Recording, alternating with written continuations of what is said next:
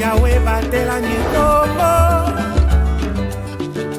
Yahweh benisa nikombo. Yahweh batela nikombo.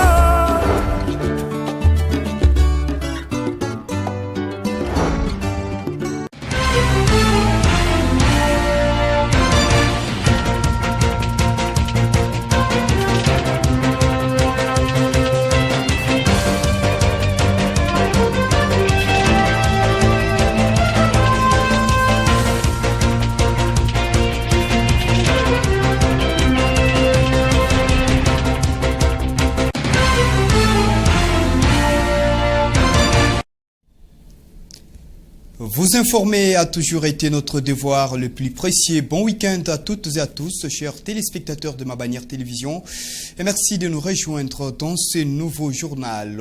Cette édition du journal nous amène dans la ville portière de Boma avec une brève où le procureur de la République près le tribunal de grande instance de Boma, Edouard Kima Matungulu, a été gravement agressé au couteau ce samedi 16 avril 2022 dans son office. Cet homme de droit a été poignardé par un civique identifié au nom de Georges Sitou, qui a donc fait éruption dans son cabinet de travail pour des raisons non élucidées. C'était dans la journée de ce samedi 16 avril 2022. Après les coups de couteau, il a été évacué d'urgence à l'hôpital Mabakou pour des soins appropriés et l'agresseur a été maîtrisé et immédiatement placé en garde à vie. Les détails donc à suivre dans nos prochaines éditions. Des retours dans la ville portière de Matadi où le président national de l'association de jeunes congolais pour le développement, Agicode, et la fondation qui porte son nom, Julien Zamwangana, a eu donc un échange fructueux avec les jeunes de Matadi et du Congo central en général. Ce samedi 16 avril 2022, c'était à l'esplanade de la maison communale d'Mvouzi dans la commune qui porte les mêmes noms, commencé par un carnaval motorisé. Les détails dans ces reportages. Cette activité d'échange citoyen entre le président national de l'association de jeunes congolais pour le développement Agicode et de la fondation qui porte son nom, Julien Zamwangana, avec la population matadienne en particulier du Congo central en général, a commencé ce samedi 16 avril 2022 par un carnaval motorisé à partir du siège de ces regroupements de jeunes situés en face de l'entrée de l'hôtel Ledia Kinkanda dans la commune de Matadi jusqu'à l'esplanade de la maison communale de Mvouzi en passant par les ronds-points Kinkanda, place Musée Laurent Désiré Kabila, Ami Congo, Gouvernorat et le rond-point 2415. Un carton plein au lieu de meeting, le leader de ces deux associations sœurs, Agicode et FJZ, a fait son entrée sous une ambiance électrique.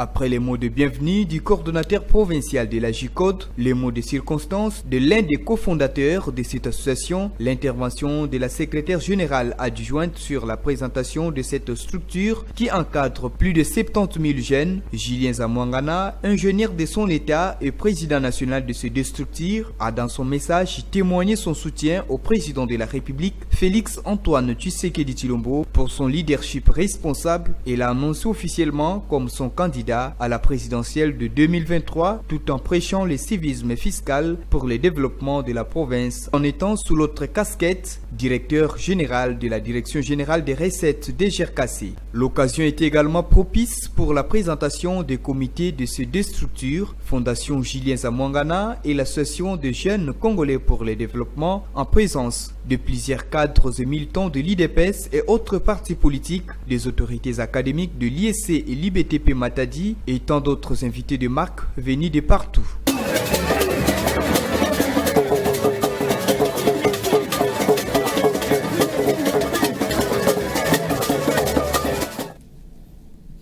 Voilà, mesdames, messieurs, dans le même chapitre de cette journée d'échange citoyen, le président de l'association de jeunes congolais pour le développement, AJICO en sigle, et de la fondation qui porte son nom, Julien Zamwangana, a parlé de la motivation pour l'organisation de ce meeting populaire, mais aussi à frôlessir les relations de se destructir avec les partis présidentiels, l'Union pour la démocratie et les progrès social UDPS. C'est pour la première fois que je vais réunir les représentants des jeunes des 10 territoires et des villes de la province. J'ai bien voulu passer les messages pour le travail qui va bientôt commencer déjà dès demain sur les choix portés à la personne de Félix Tshisekedi comme candidat président de la République en 2023, mais aussi également demander à la jeunesse de s'approprier des actions du président de la République au Congo central. J'ai senti que la jeunesse du Congo central aime et soutient le président Félix Tshisekedi. Parce que vous ne pouvez pas imaginer qu'un jeune quitte Moindre avec ses propres moyens, Banzangou, du centre, ainsi de suite, pour venir participer à cette manifestation, cette cérémonie. Ils m'ont dit, ils m'ont témoigné, s'ils m'ont choisi comme leur porte-parole au niveau du Congo central, auprès du président de la République, mais aussi parce qu'ils m'ont dit qu'ils aiment et ils portent le président de la République. C'est ce que j'ai lu en eux. La JICOD n'est pas un parti politique, c'est une association, un regroupement. L'IDPS est un parti politique. Alors c'est quoi les liens? Les liens parce que moi je suis cadre de l'IDPS. Nous avons un parent commun qui est Félix Tshisekedi, le président de la République. Voilà, au niveau national, la 49e réunion du Conseil de ministres a été présidée hier vendredi 15 avril 2022 par le chef de l'État congolais Félix-Antoine Tshisekedi Tshilombo. C'était par visioconférence à partir de son cabinet de travail à la cité de l'Union africaine. Plusieurs points d'intérêt national étaient sur la table du gouvernement, dont je vous propose de suivre l'extrait de ce compte rendu du Conseil des ministres par le porte-parole du gouvernement, ministre de la Communication et Médias, Patrick Mouyaya Katamboui. Deuxième point de la communication du président de la République, relatif à l'opérationnalisation de la Direction générale des corridors de développement industriel. Dans la perspective du lancement de la première phase de la mise en service du port en eau profonde de Banana, prévu en 2025, le président de la République, chef de l'État, a invité le gouvernement à s'atteler à l'opérationnalisation de la Direction générale des corridors de développement industriel, DGCDI. Cette entité a la tâche de gérer 8 corridors de développement à l'échelle nationale et régionale, parmi lesquels, au niveau national, le corridor de développement Bas-Congo, projet pilote de par sa vocation d'être un instrument d'intégration économique multisectorielle nationale du fait qui concerne 3 provinces, le Congo central, Kinshasa et les Kwango, et au niveau corridor et au niveau régional, les corridors impliquant 3 pays, République démocratique du Congo, République d'Angola et République du Congo. Afin de pallier les manques de moyens financiers auxquels cet établissement est confronté depuis des années, le président de la République a chargé les ministres d'État, ministres du Budget, les ministres de l'Industrie et des Finances, sous la supervision du Premier ministre, de veiller chacun en ce qui concerne aux actions à mener pour le fonctionnement optimal du dit établissement public. Dans la suite de la communication du président de la République, chef de l'État, le Premier ministre, chef du gouvernement, a informé le Conseil de la mission qu'il a effectuée à Goma et à Bunia du lundi au mercredi 13 avril 2022 dans le cadre de l'évaluation des mesures d'application de l'état de siège dans les provinces du Nord Kivu et de l'Ituri.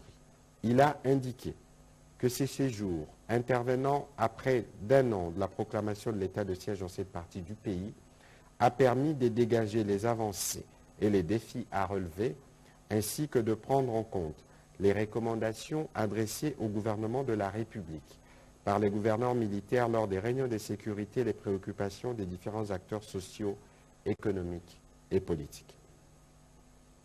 Avant de clore son propos, le Premier ministre, chef du gouvernement, a condamné avec force le lâche assassinat par un policier blanc aux États-Unis d'un citoyen d'origine congolaise nommé Patrick Lioya, sans armes lors d'un contrôle de routine. Il a précisé que l'ambassadeur des États-Unis d'Amérique en République démocratique du Congo a exprimé à notre vice-premier ministre ministre des Affaires étrangères, les vifs regrets ainsi que les condoléances de son gouvernement suite à cet acte ignoble. L'ambassadeur des États-Unis d'Amérique a rassuré le gouvernement de la République que tout est déjà mis en œuvre par son pays pour que le policier, auteur de cet assassinat, soit sévèrement sanctionné conformément aux lois américaines en la matière. Voilà, pas un commentaire, c'était plutôt un extrait choisi par Marie-France Ebengo. Le journal de ce week-end sur les antennes de Mabanière Télévision vous parle également de la journée mondiale de lutte contre l'esclavage des enfants, célébrée le 16 avril de chaque année depuis 1995. L'objectif depuis l'institution de cette journée est de pouvoir sensibiliser les populations du monde entier à dénoncer l'esclavage des enfants ou encore d'autres pratiques similaires. Les détails dans ce commentaire, signé une fois de plus, Marie-France Ebengo. Plusieurs millions d'enfants sont victimes d'esclavage dans le monde. Ces enfants doivent obéir aux ordres donnés par les adultes, les privant de toute liberté. Ces enfants ne peuvent pas se divertir ou aller à l'école. Ils sont forcés de se marier et obligés de travailler. Environ un quart de ces enfants sont des domestiques. En d'autres termes, certaines personnes les obligent à s'occuper de leur maison pour les ménages, la cuisine, le jardinage ou encore à travailler dans la construction des bâtiments ou dans des usines. C'est pourquoi le 16 avril est initié pour lutter contre l'esclavage des enfants et dénoncer l'esclavage et le travail forcé des enfants, car tous les enfants ont droit à une vie normale. Le droit d'aller à l'école, étudier, jouer et grandir en famille. Le but de la journée mondiale contre l'esclavage des enfants, célébrée le 16 avril de chaque année, est une occasion d'éradiquer toute forme d'exploitation domestique, sexuelle, laboureuse ou organique. Selon les statistiques faites par le Fonds des Nations Unies pour l'enfance, UNICEF, 400 millions d'enfants sont esclaves dans le monde. Entre 4 et 14 ans, dont 165 millions ont moins de 5 ans. Mesdames, Messieurs, nous parlons musique dans ce journal principalement et dans la page culturelle. Après une longue période de séparation, les artistes musiciens de l'orchestre Wenge Musica 4x4 se réunissent à nouveau pour un nouveau projet. Ils vont se produire ensemble au Stade des Martyrs. Ça sera donc le 15 juin pour un concert populaire. Les détails avec Glodino Lukanou. 25 ans après la dissolution du groupe Wenge Musica 4x4, les artistes et musiciens qui ont profondément marqué l'histoire de la musique congolaise vont encore se retrouver sur un même podium pour redorer la beauté du style musical Ndombolo, longtemps oublié par les amoureux de la musique congolaise. Pour montrer sous pesant doré, des grands concerts sont prévus, l'un populaire au Stade de Martyrs de la Pentecôte le 30 juin 2022 et l'autre au Pullman Grand Hotel en mode VIP le 9 juillet de la même année. Cette information a été confirmée par le producteur Amadou Diaby lors d'un point de presse tenu dans la capitale congolaise après échange avec la ministre nationale de la Culture et des Arts Catherine Katungu le vendredi 15 avril, accompagnée de Teddy Riley, l'ancien producteur de la star du hip-hop Michael Jackson. Cette délégation est conduite par moi-même et mon partenaire M. Samba Bachili, opérateur économique, qui est là avec moi, producteur qui a marqué l'histoire de l'Amérique à travers la musique de Michael Jackson, son producteur des États-Unis, qui est venu pour soutenir et produire le Wenge Musica 4x4, Jibin Pianawe Rasson et les autres. Moi, je ne peux que ici dire que le concert aura bel et bien lieu le 30 au Stade des Martyrs. Signalons que cet événement s'inscrit dans le cadre du projet Yabiso Wenge qui prévoit un album, un documentaire et une série de concerts dans d'autres pays du monde. Tous les artistes de l'ancien Wenge sont attendus à Kinshasa au plus tard le 26 avril pour entamer la phase de préparation non-stop en huis clos pendant un mois. Notons que certaines séances seront projetées en écran géant à la place de la gare pour le public. Clin d'œil sur l'actualité continentale en Guinée-Conakry, précisément, les victimes de manifestations anti-troisième mandat affirment leur stratégie de pouvoir réclamer justice selon les organisations internationales de droits de l'homme basées en Guinée-Conakry.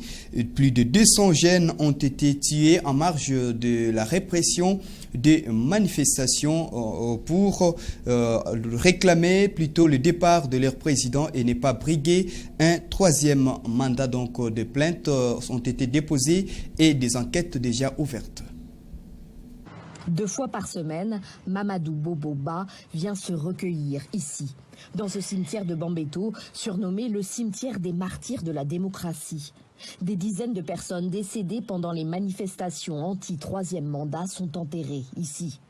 Moi particulièrement, j'ai perdu 2 de mes neveux ici, à savoir Kerno Sadeba et Mamadou Karfa Diallo. Ils sont couchés tous ici, et voilà, on peut venir les voir. Ses neveux avaient à peine 20 ans. Ils ont pris part aux toutes premières manifestations du FNDC qui protestaient contre la volonté du président Alpha Condé de modifier la Constitution pour s'éterniser au pouvoir. Les 2 jeunes hommes sont morts par balle il y a 2 ans. La famille a porté plainte il y a 1 an et depuis, plus rien.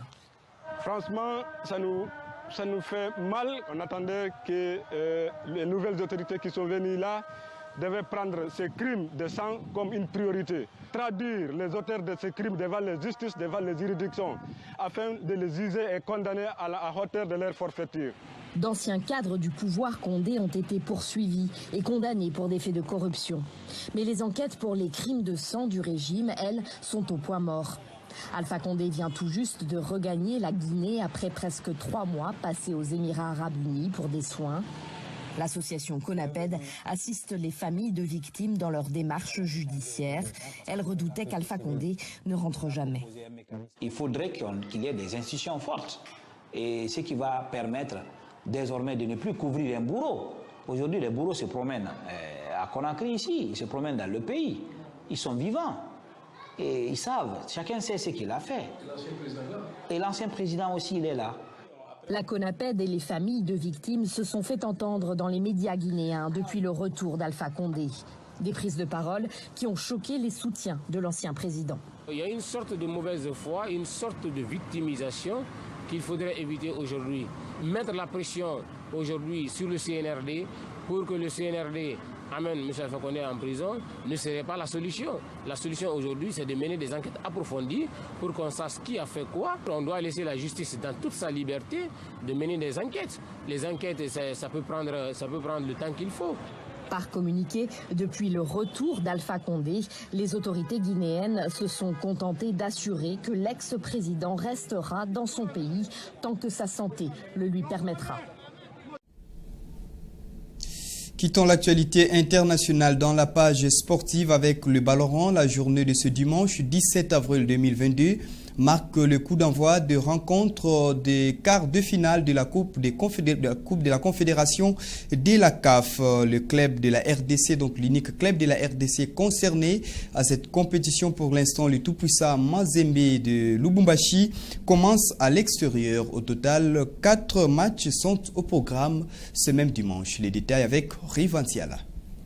Double vainqueur de la compétition en 2016 et en 2017, le tout-puissant Mazembe Englebert débute au Caire en Égypte face à l'équipe locale de Pyramids Football Club. Les Corbeaux de la capitale cuprifère vont rencontrer pour la 2e fois une équipe égyptienne dans cette 19e édition de la Coupe de la Confédération de la CAF après la double confrontation en poule contre le Sporting Club Al Masry de Port Saïd. Le premier acte avait souri aux Aigles Verts avec au bout le succès 2-0. Le même score a choisi le camp des Corbeaux à l'issue du 2e acte. Pour défier les Kérotes des Pyramids Football Club, les Congolais ont atterri sur le sol égyptien avec un effectif composé de 21 athlètes pour cette mission. Après 6 matchs livrés à l'étape de groupe, l'adversaire de Mazembe de ce dimanche a remporté 4 matchs et un résultat nul enregistré. Pyramids est sorti de la poule avec 13 points sur les 18 possibles. Ce dimanche 17 avril 2022, le coup d'envoi de rencontre allée des quarts de finale sera donné avec au programme, outre Pyramids Mazembe, Al Ittihad dont le choc libyen sera face au Marly Tripoli, le Sport Club Simba de la Tanzanie va accueillir Orlando Pirates de la République sud-africaine et Al Masry Sporting Club recevra Renaissance Sportive Berkane du Maroc. A noter que l'opposition Pyramids FC Tout-Puissant Mazembe va se jouer au stade 30 juin du Caire à 21h de l'ouest de la République démocratique du Congo. La phase retour interviendra le dimanche 24 avril prochain. Mesdames, Messieurs, chers téléspectateurs, c'en est complètement fini pour cette édition du journal réalisée par Shadrach Mavungu. Merci de nous avoir choisis pour vous informer. Je vous retrouve dans les tout prochains jours sur la même chaîne, à la même heure et avec le même plaisir de vous informer. Bon week-end chez vous.